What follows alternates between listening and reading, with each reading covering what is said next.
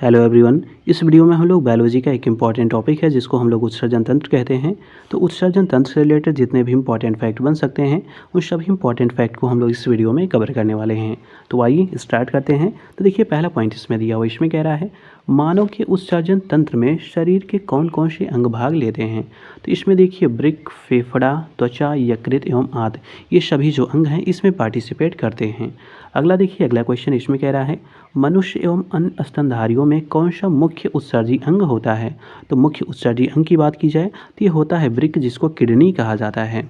अगला देखिए, अगले में कह रहा है वृक्क किस आकार का होता है। तो ध्यान दीजिएगा, जो वृक्क होता है वो सेम के बीज के आकार का होता है। अगला देखिए, अगले में कह रहा है वृक्क की अवस्थिति कहाँ होती है। ध्यान दीजिएगा, मतलब जो वृक्क होता है वो कहाँ पे पाया जाता है शरीर में। तो वृक्क जो होता है वह कशेरुक दंड के दोनों ओर ये पाया जाता है। अगला देखिए, अगले में कह रहा है मानव में कितने जोड़े वृक्क पाए जाते हैं। तो जो मनुष्य होता है उसमें एक जोड़े वृक्क पाए जाते हैं।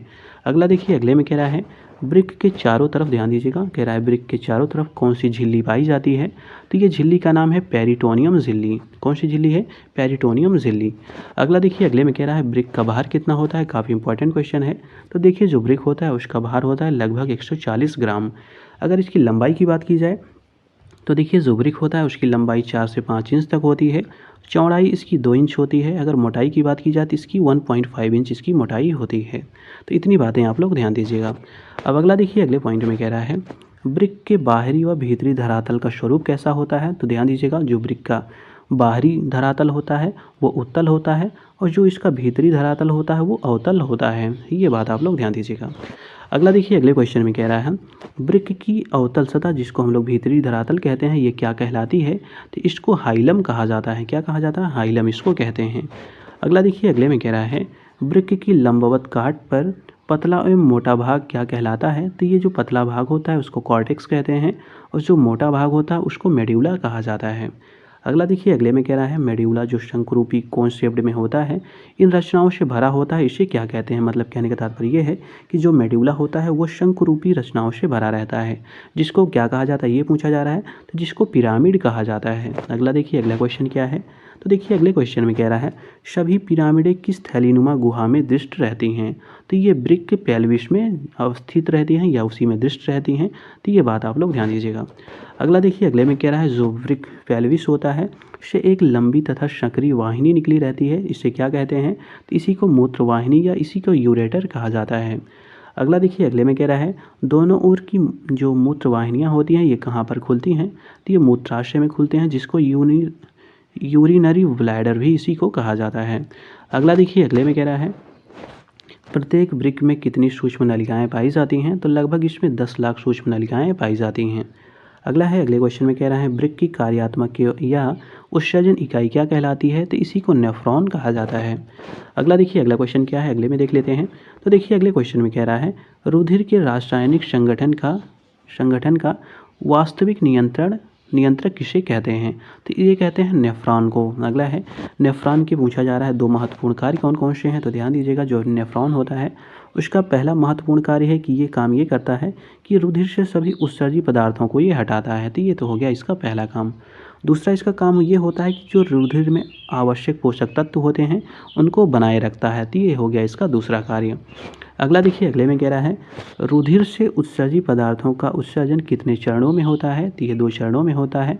पहला चरण होता है जिसको निस्यंदन या इसी को फिल्ट्रेशन कहते हैं और दूसरा इसका चरण होता है जिसको हम लोग पुनरावशोषण कहते हैं। तो इसके ये 2 चरण पाए जाते हैं। अगला देखिए, अगले में कह रहा है निस्यंदन, जिसको हम लोगों ने अभी देखा था फिल्ट्रेशन कहते हैं, यह क्रिया कहाँ संपन्न होती है। तो ये संपन्न होती है केशिका गुच्छ में। कहाँ पे होती है? जो केशिका गुच्छ होती है वहाँ पे ये संपन्न होती है। इसी में कह रहा है यह डाईएलिसिस थैली का कार्य करती है। तो ये बात ध्यान दीजिएगा, जो केशिका गुच्छ है यह एक डाईएलिसिस थैली की तरह भी कार्य करता है। मतलब एक तरह से कह सकते हैं ये फिल्ट्रेशन का काम करती है। अगला देखिए, अगले में कह रहा है वे पदार्थ जो मूत्र स्राव को ज़्यादा क्रियान्वित करते हैं ये क्या कहलाते हैं। तो इनको ड्यूरेटिक पदार्थ कहते हैं। मतलब ध्यान दीजिएगा, जो ड्यूरेटिक पदार्थ होते हैं वो ज़्यादा मात्रा में मूत्र का क्या कहते हैं, क्रियान्वित उनको करते हैं। मूत्र जो स्राव होता है उसकी ज़्यादा मात्रा में क्रियान्वयन कौन करते हैं, तो वो क्या रहते हैं, ड्यूरेटिक पदार्थ। इनमें देखिए कौन कौन से पदार्थ शामिल होते हैं ड्यूरेटिक पदार्थ में। तो इनमें देखिए urea, mannitol, sucrose, glucose, caffeine. तो ये जो सारे पदार्थ हैं ये मूत्र स्राव को ज़्यादा क्रियान्वित करते हैं, तो इन्हीं को ड्यूरेटिक पदार्थ भी कहा जाता है। अगला देखिए अगले में कह रहा है मूत्र स्राव की मात्रा के बढ़ जाने को क्या कहते हैं, तो इसी को ड्यूरेसिस कहते हैं। क्या कहते हैं? ड्यूरेसिस इसी को कहा जाता है। अगला देखिए अगले में कह रहा है वृक्क से मूत्र की मात्रा का निस्तारण कौन नियंत्रित करता है, तो ये एडीएच हार्मोन करता है। काफ़ी इंपॉर्टेंट क्वेश्चन है ये, इसको आप लोग ध्यान दीजिएगा। अगला देखिए अगले में कह रहा है मूत्र स्राव का सीधा संबंध किससे होता है, तो ये रक्त में यूरिया की मात्रा पर यह डिपेंड करता है। अगला देखिए अगले में कह रहा है मानव गुर्दे में बनने वाली पथरी किसके जमाव से निर्मित होती है, तो ये कैल्शियम ऑक्जेलेट्स के जमाव से क्या होती है, जो मानव के गुर्दे में पथरी बनती है वो कैल्शियम ऑक्जेलेट के कारण बनती है। अगला देखिए अगले में कह रहा है दोषयुक्त, ध्यान दीजिए, कह रहा है दोषयुक्त वृक्क वाले व्यक्तियों के लिए अपोहन का उपयोग किस प्रक्रम द्वारा किया जाता है, तो अपोहन ध्यान दीजिएगा क्या है ये, तो इसी को डायलिसिस कहते हैं, मतलब शुद्धिकरण इसी को कहते हैं। तो किस प्रक्रम द्वारा पूछा जा रहा होता है, तो ये परासरण के प्रक्रम के द्वारा होता है, जिसको हम लोग ऑस्मोसिस कहते हैं। अगला देखिए अगले में कह रहा है डायलिसिस, ध्यान दीजिएगा अभी हम लोगों ने ऊपर देखा था, तो डायलिसिस का संबंध किस अंग से होता है, तो ये होता है वृक्क से। अगला देखिए अगले में कह रहा है रुधिर से यूरिया किस अंग द्वारा पृथक किया जाता है, तो ये वृक्क द्वारा पृथक किया जाता है। मतलब रुधिर में जो यूरिया पाई जाती है वो वृक्क के द्वारा इसका क्या किया जाता है, पृथक्करण किया जाता है।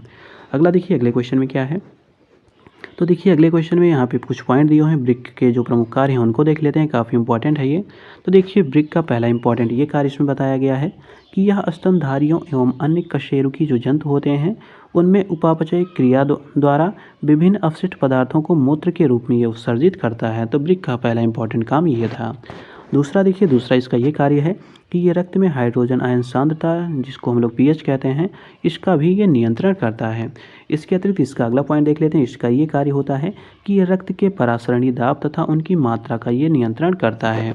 अगला देखिए अगले पॉइंट में कह रहा है शरीर में ऑक्सीजन की कमी होने पर विशेष एंजाइम के श्रवण से वृक्क क्या करता है, एरिथ्रोपाइट्रेनिन नामक हार्मोन द्वारा आरबीसीज के तेज़ी से बनने में सहायता भी करता है। तो ये बात ध्यान दीजिएगा, अगर कह रहा है ऑक्सीजन की कमी हो जाती है तो ये एक विशेष प्रकार का ये क्या करता है, एक एंजाइम को निकालता है जिससे क्या होती है हार्मोन, जिससे ये होता है कि आरबीसीज की जो मात्रा है वो तेज़ी से बनने लगती है।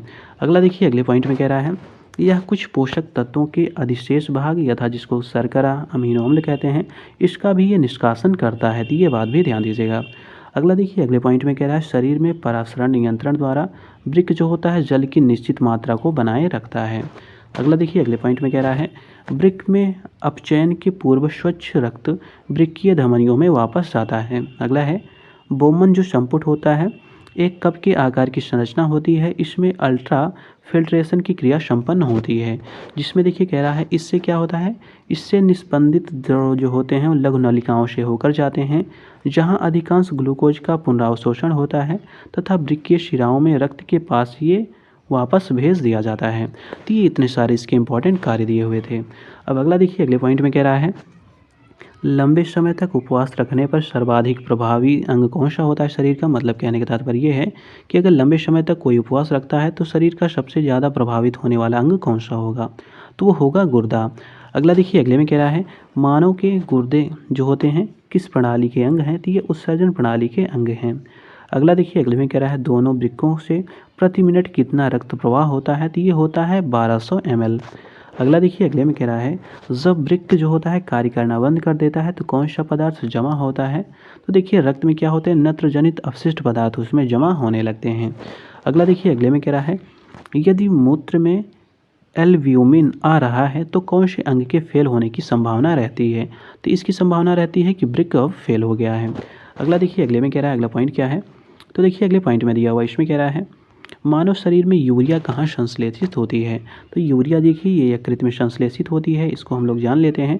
देखिए जो यकृत कोशिकाएं हैं उनमें अमोनिया तथा कार्बन डाइऑक्साइड मिलकर अर्निथीन चक्र द्वारा यूरिया का निर्माण किया जाता है। तो यह ध्यान दीजिएगा जो यकृत होता है उसमें यह कार्य होता है। अगला देखिए अगले में कह रहा है एल्कोहल के निराविशन के लिए कौन सा अंग उत्तरदायी है, तो ये है यकृत। अगला देखिए अगले में कह रहा है एल्कोहल लेने से शरीर की क्रियाविधि पर क्या प्रभाव पड़ता है, तो देखिए मूत्र त्याग की जो बारंबारता होती है वो बढ़ जाती है। दूसरा इसका ये पॉइंट इसमें बताया गया है कि एल्कोहल पीने से शरीर में क्या होता है वेसोप्रेसिन की मात्रा कम हो जाती है। अगला देखिए अगले में कह रहा है डायबिटीज़ से संबंधित सही तथ्य दिए हुए हैं उनको देख लेते हैं। तो देखिए जो डायबिटीज़ होता है, डायबिटीज़ वाले व्यक्ति को प्यास अधिक लगती है, तो ये इसका लक्षण हो गया। दूसरा कह रहा है कि जो डायबिटीज़ होता है वाला व्यक्ति वेसोप्रेसिन के निम्न स्राव से ग्रस्त रहता है, मतलब जो वेसोप्रेसिन होता है इसका इसमें कम स्राव होने लगता है, मतलब जो डायबिटीज़ जिस पे भी व्यक्ति को है तो उसमें वेसोप्रेसिन की मात्रा कम हो जाती है। अगला देखिए अगले में कह रहा है त्वचा की कौन सी ग्रंथियाँ सीबम व पसीने का स्राव करती हैं। तो ध्यान दीजिएगा जो सीबम होता है वो उसको तैलीय ग्रंथियाँ उसको स्रावण करती हैं, और जो पसीना होता है उसको श्वेत ग्रंथियाँ इसका श्रावण करती हैं या स्राव करती हैं। अगला देखिए अगले में कह रहा है त्वचा तल के जो नीचे विद्यमान वसा होती है, कह रहा है किसके विरुद्ध ये अवरोधक का काम करती है। तो ये शरीर की जो ऊष्मा होती है उसके क्षय के विरुद्ध ये काम करती है। अगला देखिए अगले में कह रहा है पसीने का मुख्य उपयोग क्या होता है। तो ये शरीर के ताप को नियंत्रित रखता है, तो यही पसीने का मुख्य कार्य है। अगला देखिए अगला है जो मूत्र की संरचना और इसकी प्रकृति है वो कैसी है, इसके बारे में जान लेते हैं। तो देखिए जो मूत्र है यह एवं हल्के पीले रंग का ये द्रव होता है। दूसरा पॉइंट कह रहा है पीला रंग हीमोग्लोबिन के अपघटन से निर्मित यूरोक्रोम नामक वर्णक के कारण होता है। तो ध्यान दीजिए काफ़ी इंपॉर्टेंट क्वेश्चन है ये।